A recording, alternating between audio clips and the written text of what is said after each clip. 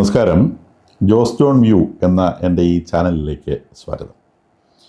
ഇന്ന് നമ്മൾ ചെയ്യുന്നത് ഹൈഡ്രജൻ ഇന്ധനവുമായി ബന്ധപ്പെട്ട ഒരു വിഷയമാണ്. നമ്മൾ കഴിഞ്ഞ ദിവസം ഒരു വീഡിയോ ചെയ്തിരുന്നു. അതിൽ E20 ഫ്യൂവൽ, അതായത് ആൽക്കഹോൾ കലർത്തിയ പെട്രോൾ, അത് കാറിലടയ്ക്കുന്നതിനെ സംബന്ധിച്ചാണ് നമ്മൾ വീഡിയോ ചെയ്തത്. അങ്ങനെ വീഡിയോ ചെയ്തപ്പോൾ എനിക്കൊരു കാര്യം മനസ്സിലായി.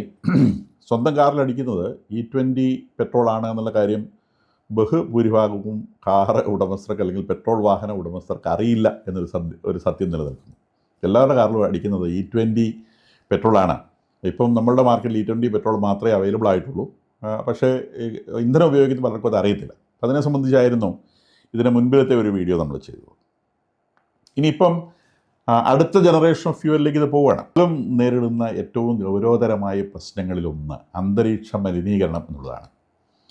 അന്തരീക്ഷ മലിനീകരണത്തിൻ്റെ ഏറ്റവും പ്രധാനപ്പെട്ട സോഴ്സ് ഫോസിൽ ഫ്യൂവൽസ് കത്തിച്ചിട്ട് അതിൽ നിന്നുണ്ടാകുന്ന കാർബൺ ഡൈ ഓക്സൈഡും മറ്റ് എഫ്ലുവൻറ്റ് ഗ്യാസസും കൂടാതെ അൺബേൺഡ് കാർബണും പാർട്ടിക്കിൾ മാറ്റേഴ്സും ഒക്കെ തന്നെയാണ്. അപ്പോൾ ഫോസിൽ ഫ്യൂവൽസ് പല ആവശ്യങ്ങൾക്ക് വേണ്ടി കത്തിക്കുന്നു. അത് പ്രധാനമായും ഉപയോഗിക്കുന്ന വാഹനങ്ങളിലും അതുപോലെ പവർ ജനറേഷൻ സെൻറ്ററുകളിലുമാണ്. ഇലക്ട്രിസിറ്റി ഉണ്ടാക്കുന്ന സ്ഥലങ്ങളിലും അതുപോലെ വാഹനങ്ങളിലുമാണ് ഈ ഫോസിൽ ഫ്യൂവൽസ് അഥവാ പെട്രോളിയം, കൽക്കരി മുതലായവ ഉപയോഗിക്കുന്നത്. പെട്രോളിയത്തെയും കൽക്കരിയാണ് പ്രധാനമായിട്ട് നമ്മൾ ഫോസിൽ ഫ്യൂവൽസ് എന്നുകൊണ്ട് ഉദ്ദേശിക്കുന്നത്. അപ്പോൾ ഈ എൻവയോൺമെൻറ്റൽ പൊല്യൂഷൻ കാരണം ലോകത്തിൽ മനുഷ്യർക്ക് ജീവിക്കാൻ കഴിയാത്ത സാഹചര്യം ഉണ്ടാകുന്നു. ഡൽഹിയിലൊക്കെ മഞ്ഞുകാലത്ത് ദിവസങ്ങളോളം ദ എൻ്റയർ ക്യാപിറ്റൽ അടച്ചിടേണ്ടി വരുന്നു. കാരണം മുൻപിൽ നടക്കുന്ന മനുഷ്യരെ പോലും കാണാൻ പറ്റാത്ത നിലയിൽ ഫോഗ് രൂപപ്പെടുന്നു. ഈ പാർട്ടിക്കുലേറ്റ് മാറ്ററും മഞ്ഞും കൂടി ചേർന്നിട്ട് ഫോഗ് എന്ന് പറഞ്ഞൊരു കണ്ടീഷൻ ഉണ്ടാവും. ആ കണ്ടീഷനിൽ നമുക്ക് അങ്ങോട്ട് ഇങ്ങോട്ട് കാണാൻ പറ്റില്ല. ആ പൊല്യൂഷൻ്റെ ഒരു ലെവലിൽ കാണിക്കുന്നു. മാത്രമല്ല വലിയ ആരോഗ്യ പ്രശ്നങ്ങൾ ഉണ്ടാക്കുന്നു. അപ്പോൾ ലോകം നിരന്തരമായിട്ട് ഈ പെട്രോളിയത്തിനൊരു ഓൾട്ടർനേറ്റീവ് എന്നതിനെ സംബന്ധിച്ചുള്ള ഗവേഷണത്തിലാണ്. അപ്പോൾ അതിൻ്റെ ഭാഗമായിട്ടാണ് നമ്മൾ ആൽക്കഹോള് പെട്രോളിനോട് കലർത്തി ഉപയോഗിക്കാം എന്ന ഒരു ലെവലിലേക്ക് വരുന്നത്. ഇനിയിപ്പോൾ ലോകം സെർച്ച് ചെയ്യുന്ന ഏറ്റവും പ്രധാനപ്പെട്ട ഇന്ധനം എന്ന് പറയുന്നത് ഹൈഡ്രജനാണ്. അപ്പോൾ ഹൈഡ്രജൻ നമുക്കറിയാവുന്ന പോലെ ഹൈഡ്രജൻ കത്തിക്കഴിഞ്ഞാൽ ഹൈഡ്രജൻ നമുക്ക് എങ്ങനെയാണ് അത് ഇന്ധനമായിട്ട് ഉപയോഗിക്കാൻ പറ്റുക? അത് പലതരത്തിൽ ഇന്ധനമായിട്ട് ഉപയോഗിക്കാം. അത് ബേൺ ചെയ്യുകയാണെങ്കിൽ അതിനകത്ത് ഉണ്ടാകുന്നത് വെള്ളം മാത്രമാണ്. അതൊരു പൊള്യൂവൻ്റ് അല്ല. അപ്പോൾ സീറോ പൊല്യൂഷനാണ്. ഹൈഡ്രജൻ ഉപയോഗിക്കുകയാണെങ്കിൽ ബേണിംഗ് പർപ്പസിന് ഹീറ്റ് കിട്ടുക എന്നുള്ളതാണ്, ചൂട് കിട്ടുക എന്നുള്ളതാണ് ഏത് ഇന്ധനത്തിൻ്റെയും പ്രാഥമികമായ ജോലി. ഒരു ഇന്ധനം കത്തിക്കുന്ന സമയത്ത് ചൂട് കിട്ടണം. അപ്പോൾ ചൂട് കിട്ടാൻ വേണ്ടി നമ്മൾ ഉപയോഗിക്കുന്ന ഇന്ധനമൊക്കെ പൊല്യൂഷൻ ഉണ്ടാക്കുന്നതാണ്. അതിന് പകരം ഹൈഡ്രജൻ ഉപയോഗിക്കുകയാണെങ്കിൽ ഹൈഡ്രജൻ കത്തിക്കഴിഞ്ഞാൽ ഉണ്ടാകുന്നത് വെള്ളമാണ്. അത് പൊള്യൂവൻ്റ് അല്ല. അപ്പോൾ അത് അന്തരീക്ഷത്തിന് കേടുവരുത്തില്ല. അപ്പോൾ അതുകൊണ്ട് ഹൈഡ്രജൻ 100% വെൽക്കമബിളാണ്, ആക്സെപ്റ്റബിളാണ്. ഇനി ഹൈഡ്രജൻ എങ്ങനെ ഉണ്ടാക്കുന്നൊരു വിഷയമുണ്ട്. അപ്പോൾ നമുക്ക് അറിയാവുന്ന ഒരു മെത്തേഡ് നമ്മൾ സ്കൂളിലൊക്കെ പഠിച്ചിട്ടുള്ള ഇലക്ട്രോളിസിസ് എന്ന് പറയുന്ന ഒരു സംഗതിയാണ്. വെള്ളത്തിനകത്ത് ധാരാളം വെള്ളം H2O ആണ്. 2 ഹൈഡ്രജൻ ആറ്റവും ഒരു ഓക്സിജനും ചേർന്നതാണ് വെള്ളം. അതിനകത്ത് 2 ഹൈഡ്രജൻ ആറ്റങ്ങളെ വേർതിരിച്ചെടുക്കുന്ന പ്രോസസ്സ് അതിനെ ഹൈഡ്രോളിസിസ് എന്ന് വിളിക്കും. അത് ഇലക്ട്രിസിറ്റി ഉപയോഗിച്ചിട്ടാണ് അങ്ങനെ അതൊരു മെത്തേഡാണ്. ഹൈഡ്രജൻ ഉണ്ടാക്കാനുള്ള ഒരു മെത്തേഡാണ് ഇലക്ട്രോളിസിസ് എന്ന് പറയുന്നത്. പക്ഷേ അതിനകത്തുള്ള പ്രശ്നം എന്താണെന്ന് ചോദിച്ചാൽ ഇലക്ട്രിസിറ്റി നമ്മൾ ഈ ഹൈഡ്രജനെ ഉണ്ടാക്കാൻ വേണ്ടി എത്രത്തോളം ഊർജ്ജം ചിലവഴിക്കേണ്ടി വരുന്നുണ്ടോ, അത് ഇലക്ട്രിക്കൽ എനർജി എന്ന നിലയിലാണ് അവിടെ നമ്മൾ ഉപയോഗിക്കുന്നത്. അത്രത്തോളം ഊർജ്ജം അത് ഹീറ്റായിട്ടാണെങ്കിലും ഇലക്ട്രിസിറ്റി ആയിട്ടാണെങ്കിലും ഈ ഉണ്ടാവുന്ന ഹൈഡ്രജൻ കത്തിച്ചു കഴിഞ്ഞാൽ നമുക്ക് കിട്ടില്ല. അപ്പോൾ നമ്മൾ പറയുന്നു അത് ഇക്കണോമിക്കൽ അല്ല എന്ന് പറയും. നമ്മൾ ഇത് ഉണ്ടാക്കാൻ വേണ്ടി ചിലവഴിച്ച ഊർജ്ജം ഇത് കത്തിച്ചാൽ കിട്ടുകയില്ല എന്നുണ്ടെങ്കിൽ സ്വാഭാവികമായിട്ടും അത് എക്കണോമിക്കൽ അല്ല. ഓഫ് കോഴ്സ് നമ്മൾ എൻവയോൺമെൻറ്റാണ് നമ്മുടെ പ്രധാനപ്പെട്ട എയിം എന്ന നിലയ്ക്ക് എക്കണോമിക്കൽ അല്ലെങ്കിൽ പോലും ആ വഴിക്ക് പോലും ചിന്തിക്കാം എന്നൊരവസ്ഥയിലാണ് ലോകം ഇന്നുള്ളത്. പക്ഷേ ഹൈഡ്രജൻ ജനറേറ്റ് ചെയ്യുന്ന മെത്തേഡ് അതല്ല. ഹൈഡ്രജൻ ജനറേറ്റ് ചെയ്യുന്നത് മീഥെയിൻ ഗ്യാസിൽ നിന്നും പ്രധാനമായിട്ടും ഹൈ ടെമ്പറേച്ചറിൽ മീഥെയിൻ വെള്ളവുമായിട്ട് റിയാക്ട് ചെയ്യും. അത് ഹൈ ടെമ്പറേച്ചർ ഹൈ പ്രഷറിലാണ്. വലിയ പ്രഷറും വലിയ ടെമ്പറേച്ചർ അപ്ലൈ ചെയ്യും. ഏകദേശം 1000 ഡിഗ്രി വരെയാണ് ടെമ്പറേച്ചർ. അപ്പം വെള്ളത്തിൻ്റെ ക്രിട്ടിക്കൽ പോയിൻ്റൊക്കെ ഉള്ള കാര്യം നമുക്കറിയാം. വെള്ളത്തിൻ്റെ കണ്ടീഷൻ എന്താണെന്ന് ആലോചിക്കാവുന്നേ ഉള്ളൂ. അപ്പോൾ അത്രയും വലിയ ടെമ്പറേച്ചറിൽ വലിയ പ്രഷറിൽ റിയാക്ട് ചെയ്യിക്കുമ്പോൾ methane will convert to hydrogen. ഒരു മീഥെയിൻ മോളിക്യൂളിൽ നിന്ന് 4 ഹൈഡ്രജൻ ആറ്റം കിട്ടും. അതായത് ഒരു യൂണിറ്റ് മീഥെയിനിൽ നിന്ന് 4 യൂണിറ്റ് ഹൈഡ്രജൻ കിട്ടും.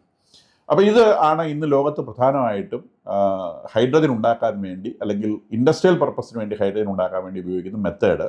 മീഥെയിനെ വെള്ളവുമായിട്ട് ഹൈ ടെമ്പറേച്ചർ ഹൈ പ്രഷറിൽ റിയാക്ട് ചെയ്ത് ഹൈഡ്രജൻ പ്രൊഡ്യൂസ് ചെയ്യുക എന്നുള്ളതാണ്.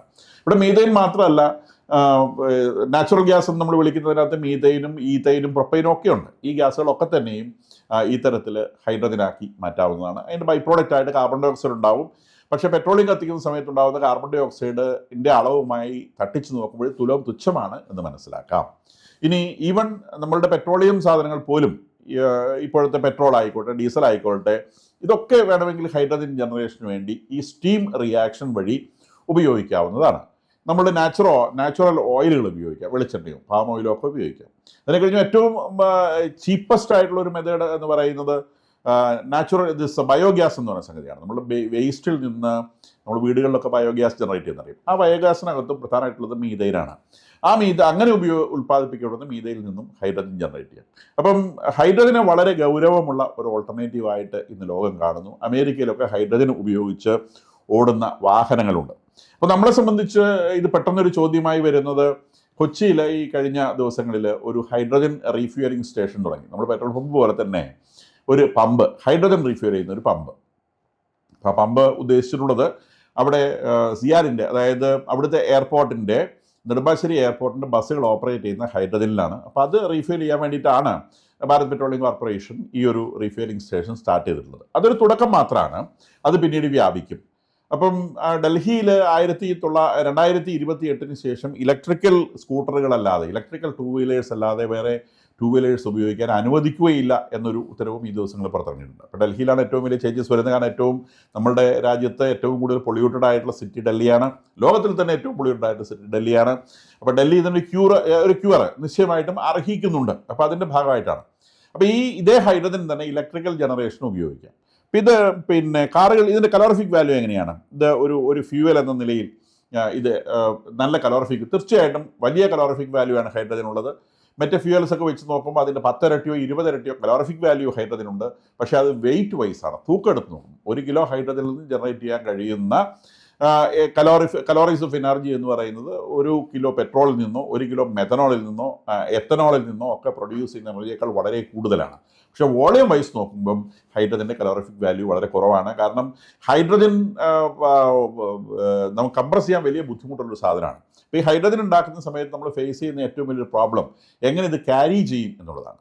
വളരെ ഹൈ പ്രഷറിൽ മാത്രമേ അത് സിലിണ്ടേഴ്സിനകത്ത് ഒതുക്കി വെക്കാൻ പറ്റുള്ളൂ. നമ്മളുടെ LPG ഒക്കെ ആണെങ്കിൽ സിലിണ്ടറിൽ കയറ്റി നല്ല പ്രഷർ വരുമ്പോൾ അതങ്ങനെ ലിക്വിഡ് ആയിക്കോളും. മോളിക്യൂൾ തമ്മിലുള്ള കൊഹഷൻ കൊണ്ട് അത് തമ്മിൽ കൂട്ടിപ്പിടിച്ച് ലിക്വിഫൈ. അതുകൊണ്ടാണ് നമ്മൾ ലിക്വിഡ് പെട്രോളിയം ഗ്യാസ് എന്ന് പറയുന്നത്. പക്ഷേ പ്രഷർ റിലീസ് ചെയ്യുമ്പം അത് ഗ്യാസായിട്ട് മാറും. നമ്മൾ അടുക്കളയിലൊക്കെ ഉപയോഗിക്കുന്ന സിലിണ്ടറിനകത്ത് കുലുക്കി നോക്കിയാൽ അറിയാം അതിനകത്തൊരു ലിക്വിഡാണ് ഉള്ളത്. പക്ഷേ നമ്മുടെ അടുത്തേക്ക് വരുന്ന ഗ്യാസാണ്. അപ്പോൾ പ്രഷർ റിലീസ് ചെയ്യുമ്പം അത് ഗ്യാസായി മാറും. ഹൈഡ്രജൻ്റെ സ്ഥിതി അതല്ല. നിങ്ങൾ എത്ര പ്രഷർ അപ്ലൈ ചെയ്താലും അത് ലിക്വിഡായി മാറുമൊന്നുമില്ല. കാരണം ഹൈഡ്രജൻ മോളിക്യൂൾസ് തമ്മിൽ അത്തരത്തിലുള്ളൊരു കൊഹഷൻ ഇല്ല. ഒരുതരം ഇനേർട്ട് ഗ്യാസാണ് ഹൈഡ്രജൻ. ഇനേർട്ട് ഗ്യാസുകളുടെ കാറ്റഗറിയിൽ അത് പെടുന്നില്ലെങ്കിലും അതൊരുതരം ഇനേർട്ട് ഗ്യാസായിട്ട് വേണമെങ്കിൽ നമുക്ക് പരിഗണിക്കാവുന്നതാണ്. അപ്പോൾ അത് മോളിക്കുലർ കൊഹഷൻ കുറവായതുകൊണ്ട്, മോളിക്യൂൾസ് തമ്മിൽ അട്രാക്ഷൻ കുറവായതുകൊണ്ട് എത്ര കംപ്രസ് ചെയ്താലും അത് ലിക്വിഡ് ആവില്ല. അപ്പോൾ അത് സ്റ്റോർ ചെയ്യണമെന്നുണ്ടെങ്കിൽ കാറിനകത്ത് വളരെ ഭയങ്കര സ്ട്രോങ് ആയിട്ടുള്ള സിലിണ്ടേഴ്സിൽ അത് വെക്കാൻ പറ്റുള്ളൂ.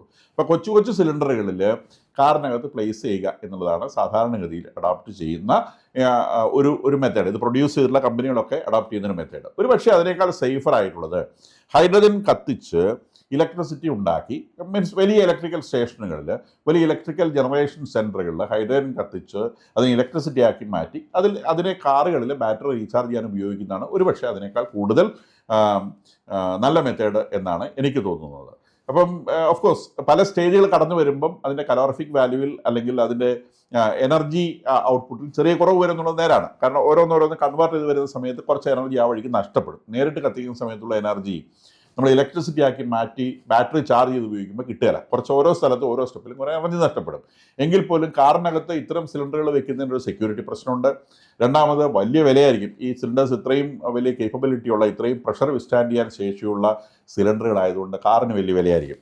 അപ്പം ആ നിലയ്ക്കൊക്കെ നോക്കുമ്പോൾ എന്തായാലും ശരി, ഹൈഡ്രജനിലേക്ക് തന്നെയാണ് ഇത് പോകുന്നത്. ഇതിൻ്റെ സ്റ്റോറിങ് ഒരു വിഷയമാണ്. നമ്മൾ ഉപയോഗിക്കുന്ന കാറിനകത്ത് ഉപയോഗിക്കുന്ന എഞ്ചിൻ്റെ പേര് ഇൻറ്റേർണൽ കമ്പഷൻ എഞ്ചിൻ എന്നാണ്. അതായത് എഞ്ചിനകത്ത് പോയിട്ട് ഫ്യൂവൽ കത്തിക്കുന്നു. കത്തുന്ന സമയത്തുണ്ടാകുന്ന ചൂട് ഉപയോഗിച്ച് വരുന്ന എക്സ്പാൻഷൻ കൊണ്ട് സിലിണ്ടർ വർക്ക് ചെയ്തിട്ടാണ് നമ്മുടെ വണ്ടി ഓടുന്നത്. ഇതല്ലാതെ വേറെ ടെക്നിക്കുണ്ട്. ഫ്യൂവൽ സെൽ എന്ന് പറഞ്ഞാൽ ഒരു മെത്തേഡുണ്ട്. അത് ഇലക്ട്രോകെമിക്കൽ സെല്ലല്ല. ഫ്യൂവൽ സെൽ എന്ന് പറയുന്നത് ഒരു പ്രത്യേകതരം സെല്ലാണ്. അതിനകത്ത് ഹൈഡ്രജനും ഓക്സിജനുമാണ് അതിനകത്തേക്ക് ഫീഡ് ചെയ്ത് കൊടുക്കേണ്ടത്.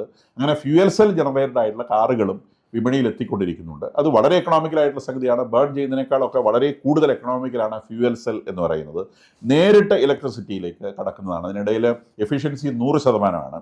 അപ്പം അത്തരം കാറുകളും പുറത്തു വരുന്നുണ്ടെന്നുള്ളത് ഒരു വസ്തുതയാണ്. ഇനി കൂടാതെ ഇപ്പോഴത്തെ ഗവേഷണങ്ങളിൽ, ലോകമെമ്പാടും നടക്കുന്ന ഗവേഷണങ്ങളിൽ ഒരു പ്രധാനപ്പെട്ട ഗവേഷണമാണ് വെള്ളത്തിനെ എങ്ങനെ ഇലക്ട്രിക്കൽ അല്ലാതെ ഡിസോസിയേറ്റ് ചെയ്ത് ഹൈഡ്രജൻ ഉണ്ടാക്കാം എന്നുള്ളത്. സിലൈൻസ് എന്ന് പറയുന്നൊരു ക്ലാസ് ഓഫ് കോമ്പൗണ്ട്സ് ഉണ്ട്. അതായത് സിലിക്കൺ ആറ്റങ്ങൾ മൾട്ടിപ്പിൾ ബോണ്ട് വഴി ബന്ധപ്പെട്ടിട്ടുള്ള കോമ്പൗണ്ട്സിനാണ് സിലൈൻസ് എന്ന് വിളിക്കുന്നത്. അങ്ങനെയുള്ള കോമ്പൗണ്ട്സ് ഉണ്ടാക്കാൻ പറ്റുകയില്ല എന്നായിരുന്നു 1980 മുൻപ് ആളുകൾ വിചാരിച്ചിരുന്നത്. അത് പിന്നീട് പോസിബിളായി, അതിന് നോബൽ പ്രൈസ് കിട്ടിയിട്ടുണ്ട്. ഞാൻ അതിൻ്റെ ഡീറ്റെയിൽസിലേക്ക് പോകുന്നില്ല. അത്തരം കോമ്പൗണ്ട്സ് ഉപയോഗിച്ച് വെള്ളത്തിനെ വളരെ എളുപ്പത്തിൽ ഡിസോസിയേറ്റ് ചെയ്യാൻ പറ്റും എന്ന് പറഞ്ഞാൽ ഓൾമോസ്റ്റ് സീറോ കോസ്റ്റിൽ ഹൈഡ്രജൻ ജനറേറ്റ് ചെയ്യാൻ പറ്റും എന്നാണ് ക്വാണ്ടം മെക്കാനിക്കൽ കാൽക്കുലേഷൻസ് ഒക്കെ കാണിക്കുന്നത്. അതിൻ്റെ എക്സ്പെരിമെൻ്റൽ സ്റ്റേജിലേക്കും പ്രാക്ടിക്കൽ സ്റ്റേജിലേക്കും അത് എത്തിക്കൊണ്ടിരിക്കുന്നുണ്ട്. അങ്ങനെ ഒരു സ്റ്റേജിൽ ഹൈഡ്രജനെ പ്രൊഡ്യൂസ് ചെയ്യാൻ പറ്റിയാൽ പിന്നീട് ഈ ലോകത്തിൽ വലിയ മാറ്റങ്ങൾ സംഭവിക്കും. പെട്രോളിയം പിന്നെ സീറോ യൂസാണ്. പെട്രോളിയം പിന്നെ ഉപയോഗിക്കാൻ പറ്റില്ല. ഇലക്ട്രിസിറ്റിയുടെ കോസ്റ്റ് വല്ലാതെ കുറഞ്ഞു വരും. കാരണം ഈ സീറോ കോസ്റ്റുള്ള ഹൈഡ്രജനെ കത്തിച്ച് നമുക്ക് ഇലക്ട്രിസിറ്റി ഉണ്ടാക്കാം. അങ്ങനെ വലിയ വിപ്ലവകരമായ ചേഞ്ചസ് ഈ ലോകത്തിൽ സംഭവിക്കും. അത് അത്തരം കണ്ടുപിടുത്തങ്ങളിലേക്ക് ഇത് പോയി കഴിഞ്ഞാൽ എന്നുള്ളത് ഉറപ്പാണ്. എന്തായാലും ശരി, വാഹനങ്ങളൊക്കെ പ്രധാനമായും ഇലക്ട്രിക്കൽ വാഹനങ്ങളിലേക്ക് തന്നെയാണ് ഇത് മുന്നേറുന്നത്. ഒരു 5 വർഷം കൊണ്ട് സ്ട്രീറ്റുകളിൽ നിന്ന് ഫോസിൽ ഫ്യൂവൽസ് ഉപയോഗിക്കുന്ന വാഹനങ്ങൾ അപ്രത്യക്ഷമാവാനാണ് സാധ്യത. മുഴുവൻ തന്നെ ഇലക്ട്രിക്കൽ വാഹനങ്ങളായിരിക്കും. ഈ ചാനൽ നിങ്ങൾക്ക് ഉപകാരപ്രദമാണെന്ന് തോന്നുകയാണെങ്കിൽ നിങ്ങൾ ദയവായി ഇത് സബ്സ്ക്രൈബ് ചെയ്യണം, മറ്റുള്ളവരിലേക്ക് ഫോർവേഡ് ചെയ്യുകയും വേണം.